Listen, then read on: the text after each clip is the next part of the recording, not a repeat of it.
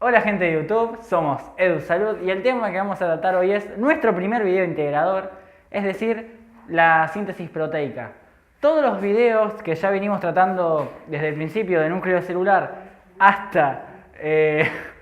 boludo, en serio, basta. Está terrible, chicos. Madre, voy.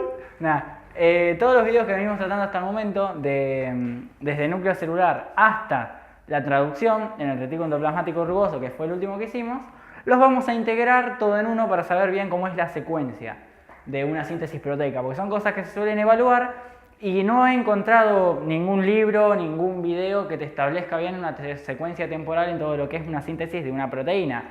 Entonces, por eso mismo decidimos hacer este video integratorio. Como ya sabrán, nosotros estamos muy orientados hacia lo que es el aprendizaje integral. Entonces, bueno, vamos a ponerles ahora en pantalla una imagen. Ahí están viendo toda la secuencia temporal de todos los eventos que van pasando. Lo primero que va a suceder, que es en el núcleo, como verán, los primeros dos procesos son en el núcleo. Bueno, lo primero que va a pasar es la transcripción, es decir, la formación del transcripto primario, como dice ahí.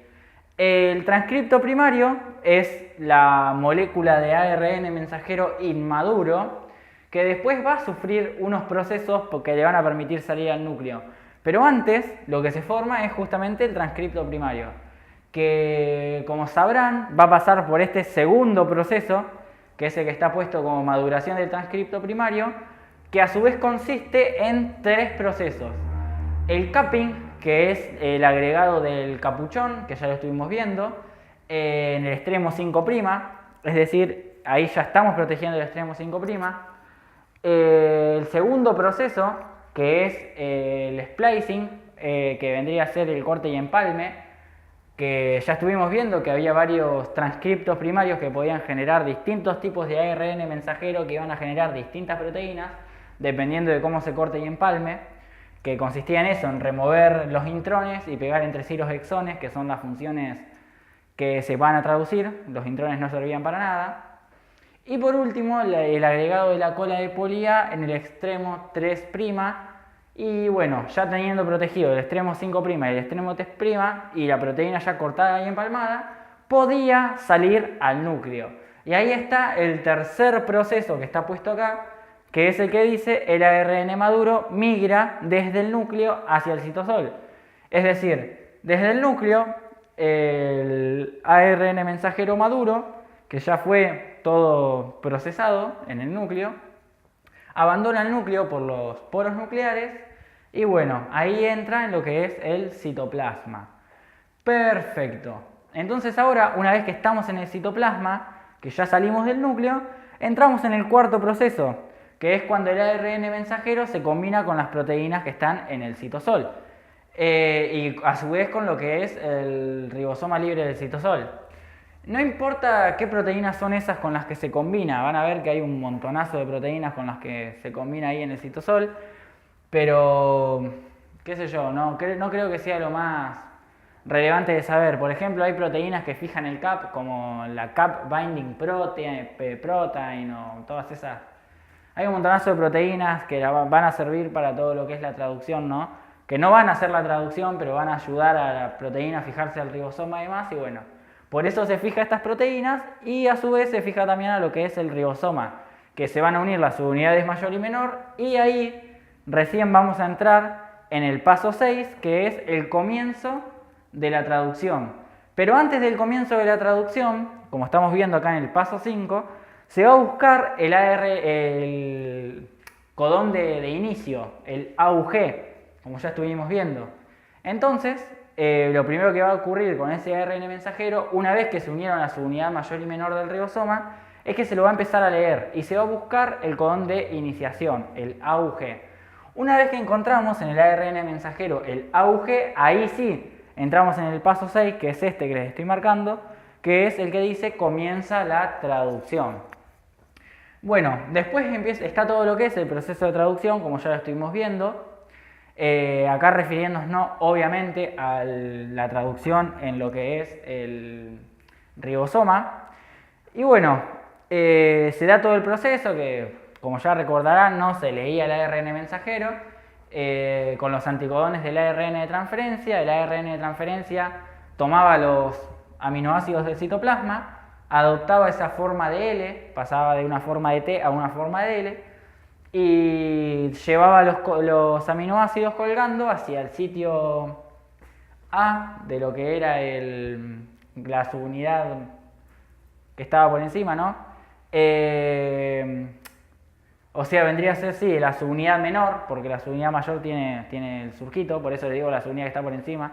La subunidad menor sería hacia el sitio A de la subunidad menor. Los aminoácidos desde el sitio A pasaban hacia el sitio P, y bueno, se pegaban con los aminoácidos que iban ingresando al sitio A y se iban yendo por el sitio E y ahí se iba sintetizando toda la proteína. Perfecto. Acá, una vez que ya ocurrió todo este proceso de traducción, tenemos dos opciones.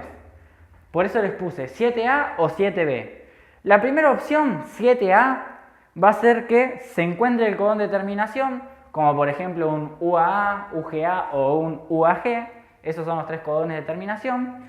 Y se finaliza la traducción. La otra opción que tenemos, que vendría a ser la 7B, es que se expresa el péptido señal. ¿Está?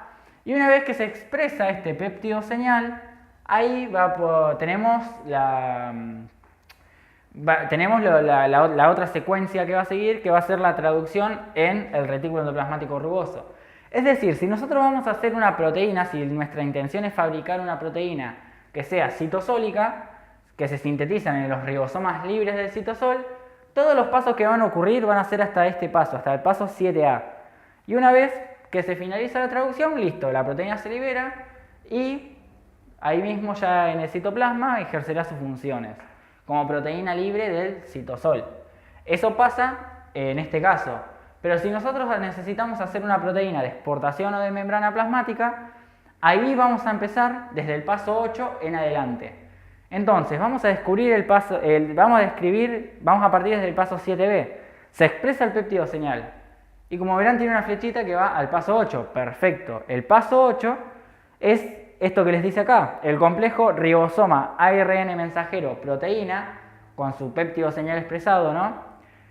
Proteína en vía de síntesis vendría a ser, porque la proteína todavía se está sintetizando, no se terminó de sintetizar.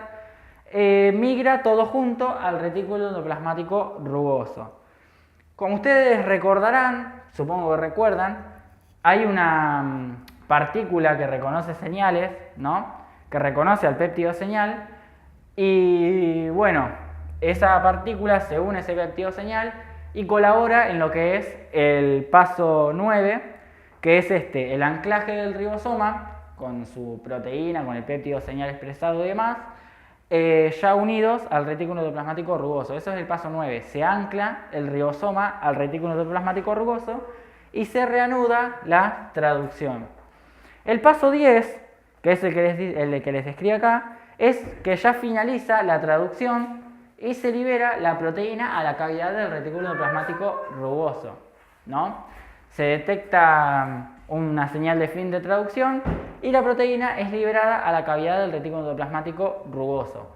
Queda en la cavidad del retículo endoplasmático rugoso.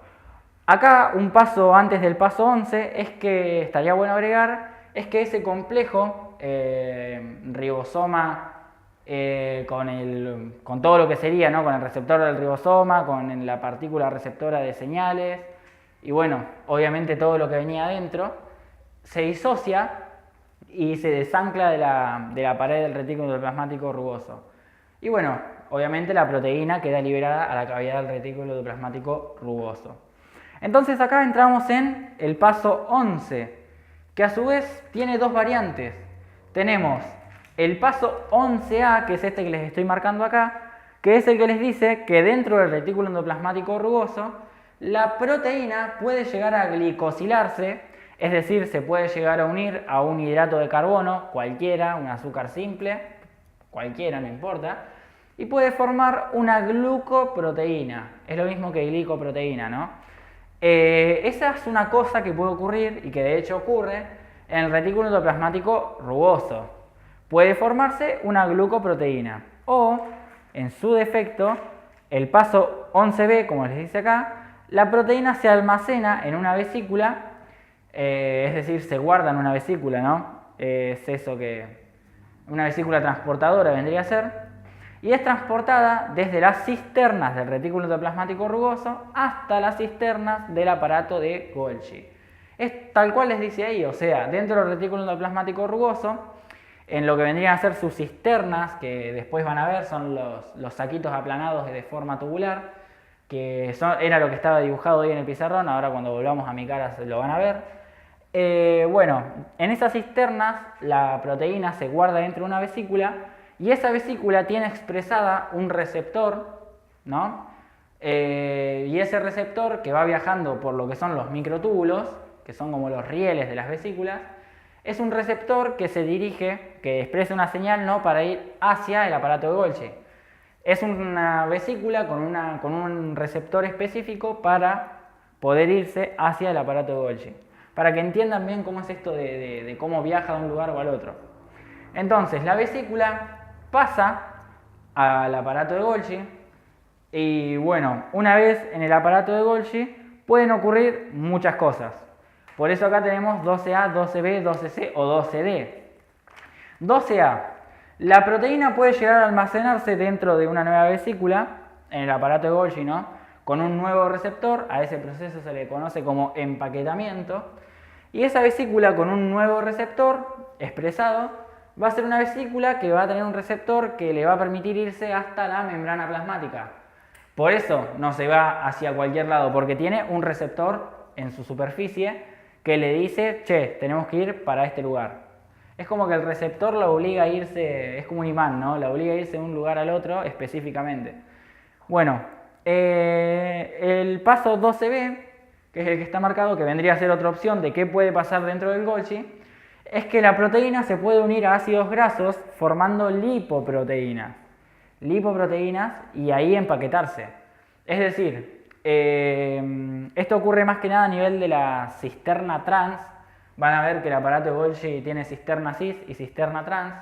En la cisterna trans suele pegarse a ácidos grasos, ¿no?, y formar lipoproteínas. Un lípido unido a una proteína me forma lipoproteínas. Entonces, la lipoproteína se empaqueta, es decir, se guarda en una vesícula, como pasaba hoy con una proteína normal. Se guarda en una vesícula y bueno, de ahí es después enviada hacia la membrana plasmática. Eso lo vamos a hablar un poquito después.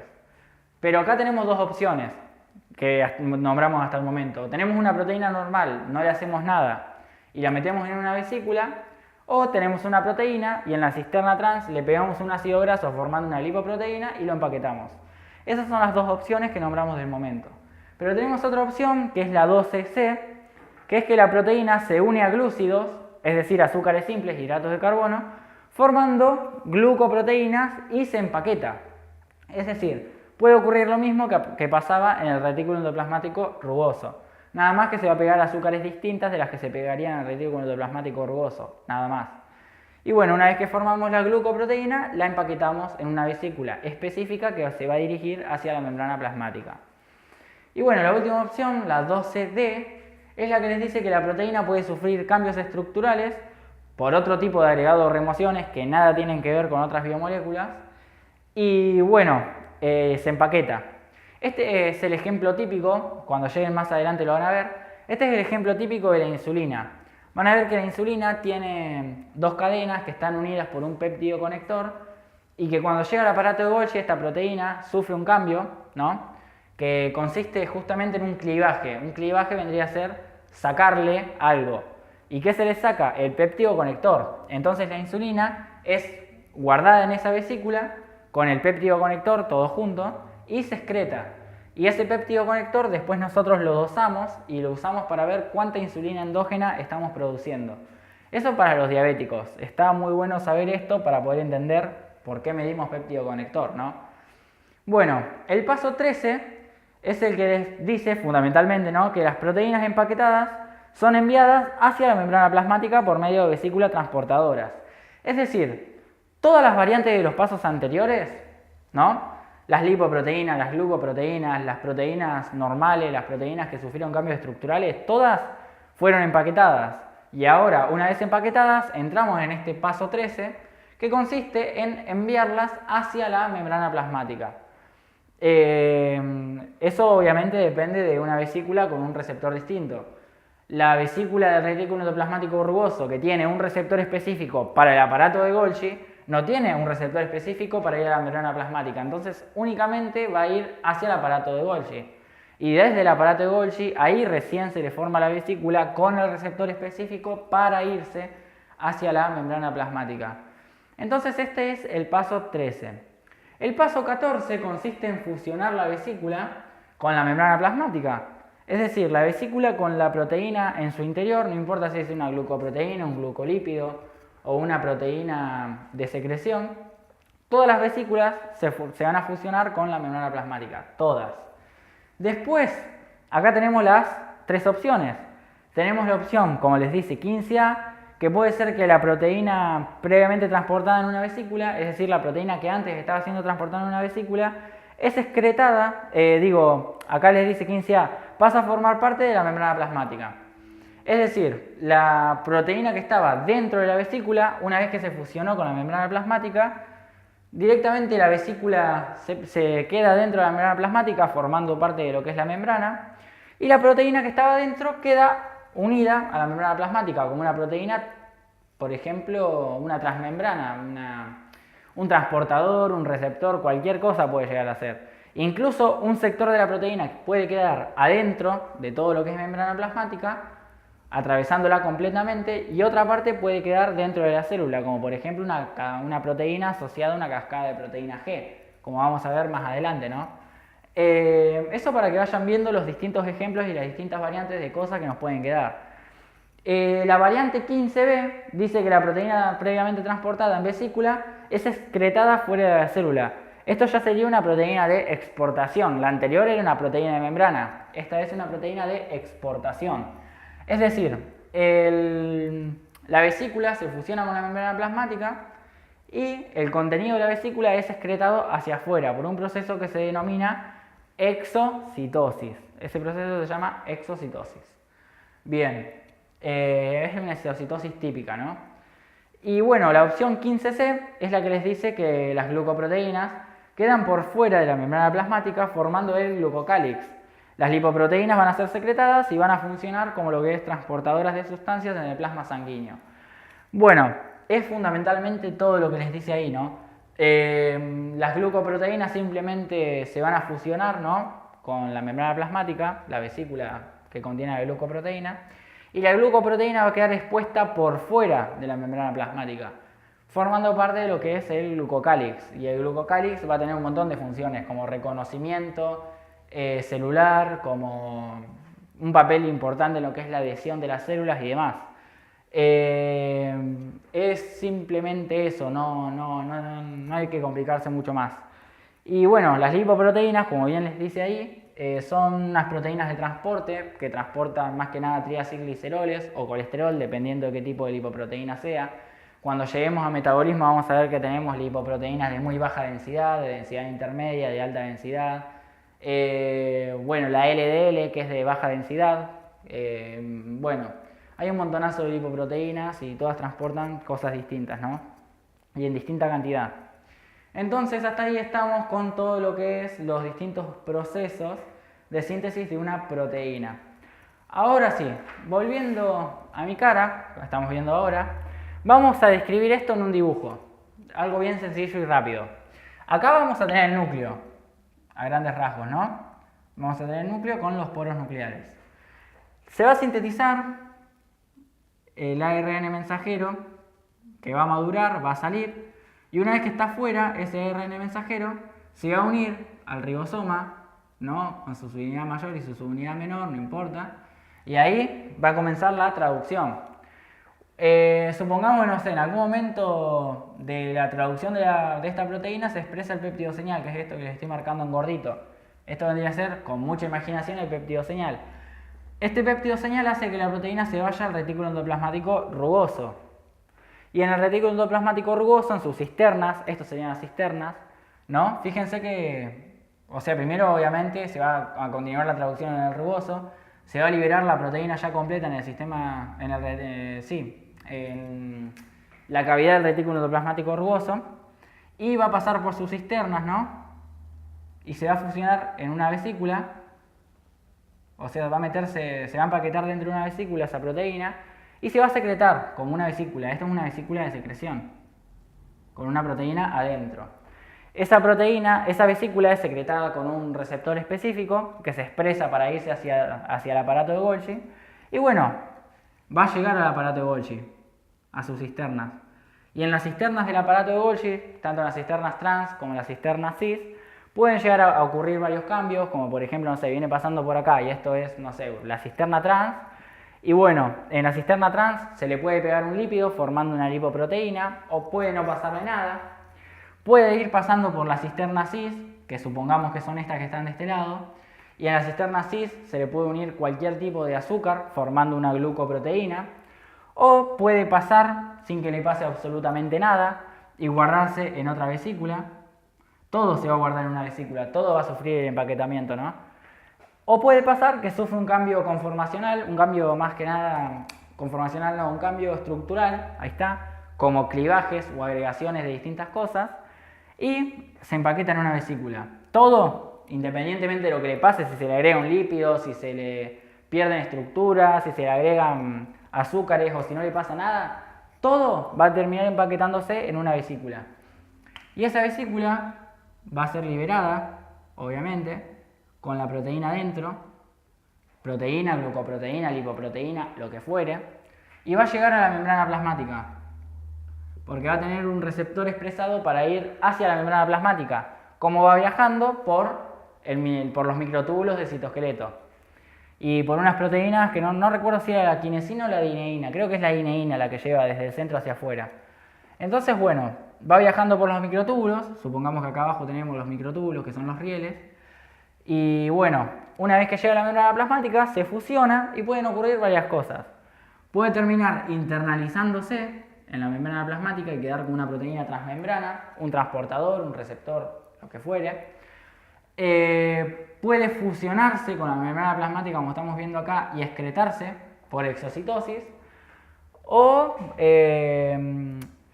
ser una glucoproteína y quedar todo por fuera de la membrana plasmática formando el glucocálix. Eso es todo por hoy. Esto se conoce como sistema de endomembranas, eso está bueno recalcarlo, se los anoto si quieren para que no lo pierdan de vista. Sistema de endomembranas, así ya lo tienen. Y bueno, ahora sí, eso es todo por hoy, no hay mucho más que decirles por ahora. Queríamos hacer este video de integración para que vayan entendiendo bien toda la secuencia de los pasos, que como verán tampoco es mucho, o sea, es más que nada un poco de lectura, y más que nada lo que hicimos nosotros básicamente es casi leerles lo que ya teníamos escrito y después integrar todos los distintos pasos para la síntesis de una proteína. Quiero aclarar que desde que se expresa el péptido señal ya es para una proteína de exportación, como esta que está siendo excretada, o de membrana. Pero si nos detenemos en el paso 7, esto sería el famoso paso 7 que les mencioné hoy, que es la traducción en el ribosoma, ahí estamos hablando de una proteína citosólica, libre del citosol. Así que nada, eso es todo por hoy y les agradecemos mucho, que ya somos 1000 de nosotros. Diabetes, fíjense. Y nada, eso es todo lo que teníamos para decirles. Cualquier cosa que necesiten, nos avisan. Obesidad, esto es placa de ateroma. Y bueno, les agradecemos muchísimo todo. Adiós.